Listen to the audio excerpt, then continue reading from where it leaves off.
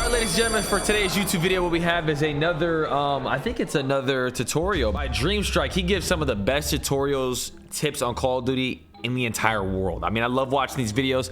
This is tips on, I think, Vondel or just Call of Duty in general. Let's react and just see what he says. I'm always curious to see what other people say. Secret tips and tricks that they use to drop high kill bombs. And I probably shouldn't share these with you because it could make it harder for me to get kills. What the heck? Here are 17 tips that I use to get more kills, and make sure to stick around for the last one because it will literally make people think that you're cheating. Okay, so these first few tips are about fighting on buildings, and tip number 1 is to use the parachute dive. Of course. The normal way that most players jump off buildings is to press jump and then jump again to activate the parachute. But the problem is your operator doesn't go very far. Doesn't. If you instead dive off the building and immediately press jump to activate your parachute, your operator can fly much further. This allows you to make jumps that normally wouldn't be possible, which will help you surprise your enemies during gunfights. Great tip for new players. Great tip for new players. I do it a lot. It helps a lot. To skip the mantling mechanic on the sides of buildings, which is great because when you mantle, you're completely defenseless against someone shooting at you. Yep. Now the next tip is don't be afraid to take fall damage when you're chasing someone. Parachuting off a roof to the ground takes a long time, and you can actually surprise a lot of people by dropping down on them quickly. I like to do this a lot when I get someone weak at the top of the stairs because they're completely confused with how fast you're able to get to them, so it's usually a pretty easy kill. But that's a great tip with this because you will be weak in the gunfight. And if you I recommend Tim the Tap Man, you don't do this. Make the mistake of falling from too high, you actually get a movement penalty, and you can easily become the freest kill on the map. Yep, I hate that. I hate that. You should be looking for ways to minimize your fall damage if possible. Check this out. If I drop from this building like this, here's the amount of damage that I take. But if I simply bounce off this canopy, my damage reduces to this. Yep. And there's many of these little canopies. Wow, these are tips that I do in my head that I just don't really say out loud, but he's just breaking it down so well. Drop a like. This is great. Off around the map. So take some time to find them around the places that you like to land with your squad. But now we've got to move on to something a little more serious. Campers.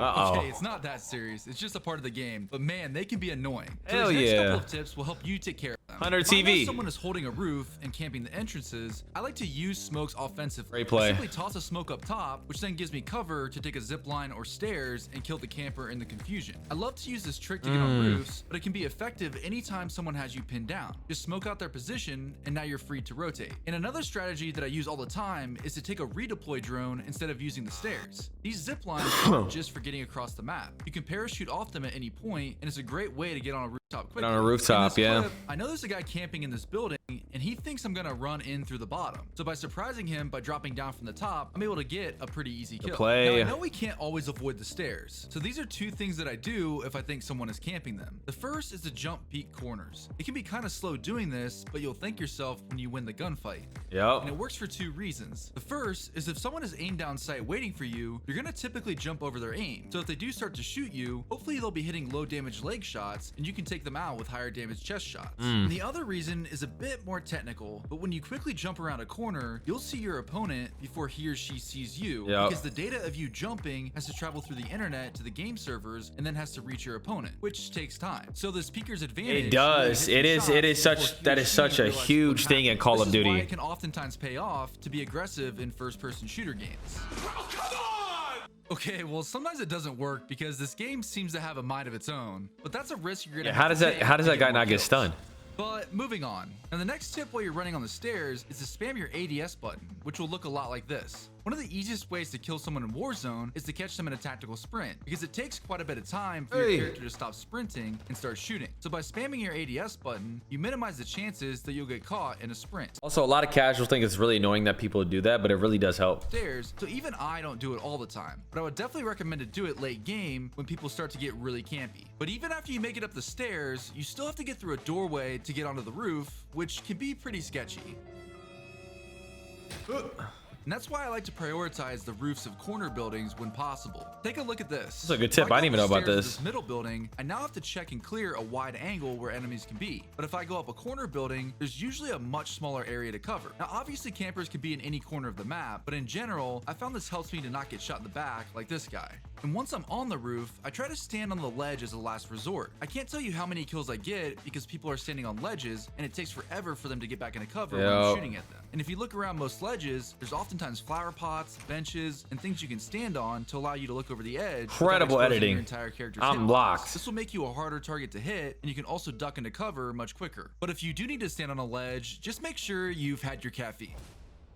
Ghost, yes People are sir. going to challenge your position. There's going to be a lot of times when someone tries to sneak up the stairs to get to you. And one thing they almost never expect is for you to burst through the door and kill them. Now this works well when you're breaking down a door to go inside because it's easy to find your target in a small area. But this definitely does good not play. work nearly Damn. as well for going outside. There's a lot more area to cover, so it's much more difficult. Instead, I recommend bursting down the door to get Peeker's advantage, but then stay within the door frame. This gives you an escape if you don't guess correctly where your enemy is, and then you can re-challenge. But if you do take damage and you're being hard chased down the stairs, one thing I like to do is stop on a random landing. Your opponent will be so focused on chasing you that by the time they've realized you're in the corner, they've already committed to continuing down the stairs. Yeah, they're just rushing you. You do this when people rush you a lot, really fast. This will be a live look into your opponent's gaming room. Okay, these next two tips have to do with zip lines. Did you know that you can skip the long detachment animation at the tops of buildings? It takes a bit of practice, but if you jump and hold forward near the top, your character will completely skip the animation. Wait, I didn't even know that. I didn't even know that. I didn't even know that. Because you normally get a major speed penalty at the top and you're an easy target for enemies. Now, one thing to note is that the distance from the rope to the ledge isn't the same on every building. So some zips are easy to do and others are really difficult, which means you should test these out for yourself at your favorite building. Wait, but it so you have works to because of the next tip. You can attach and detach at any point on the zip line. This allows us to skip the animation at the top, but it also allows us to parachute in from other buildings and immediately grab the zip line without hitting the ground. I do this all the time to get around the map faster and avoid getting caught on the ground in a gunfight. Now, a Vondel tips video would not be complete without a few water tips. Water tips. I love this. Yeah, I hate the water too, and I try to avoid it at all costs, but that's not always possible. So here are a few tips to help you stay alive. I think a lot of people already know that pistols are the only guns you can shoot underwater. All other weapons have to be shot on the surface. But what not as many people know is that with these other guns, you still can't shoot below your character. There's a cutoff angle. So if someone has you trapped in the water and they don't have a pistol, you can actually swim beneath them, which could buy you some time to figure out a strategy to get away. I would just punch. I usually just punch, to be honest. Make sure that you're using jump and crouch to change your depth in the water. Jump takes you to the surface and crouch takes you further under. This will help you navigate better underwater and you don't have to mess up your centering by swimming like a dolphin. And once you're ready to get out of the water, you should be using the water hop. Once again, animations in this game take forever. You can completely skip the water hop by leaving space between yourself and the ledge, looking up, and then spamming your jump button. It takes some practice getting the right distance from the ledge. Wait, I didn't even know that. And finally, the number one tip that you need to be doing and will make other people think that you're cheating is you need to be live pinging your enemies during gunfights. It literally gives you wall hacks. With how busy this map is, there's tons of obstacles that make it hard to track your opponents, but live pinging them makes it really easy. I use a back button on my controller to do this, but if you don't have one or don't play claw, I highly recommend you assign it to L3 or R3. It really is that powerful. Wait, I might actually do that. That is beautiful.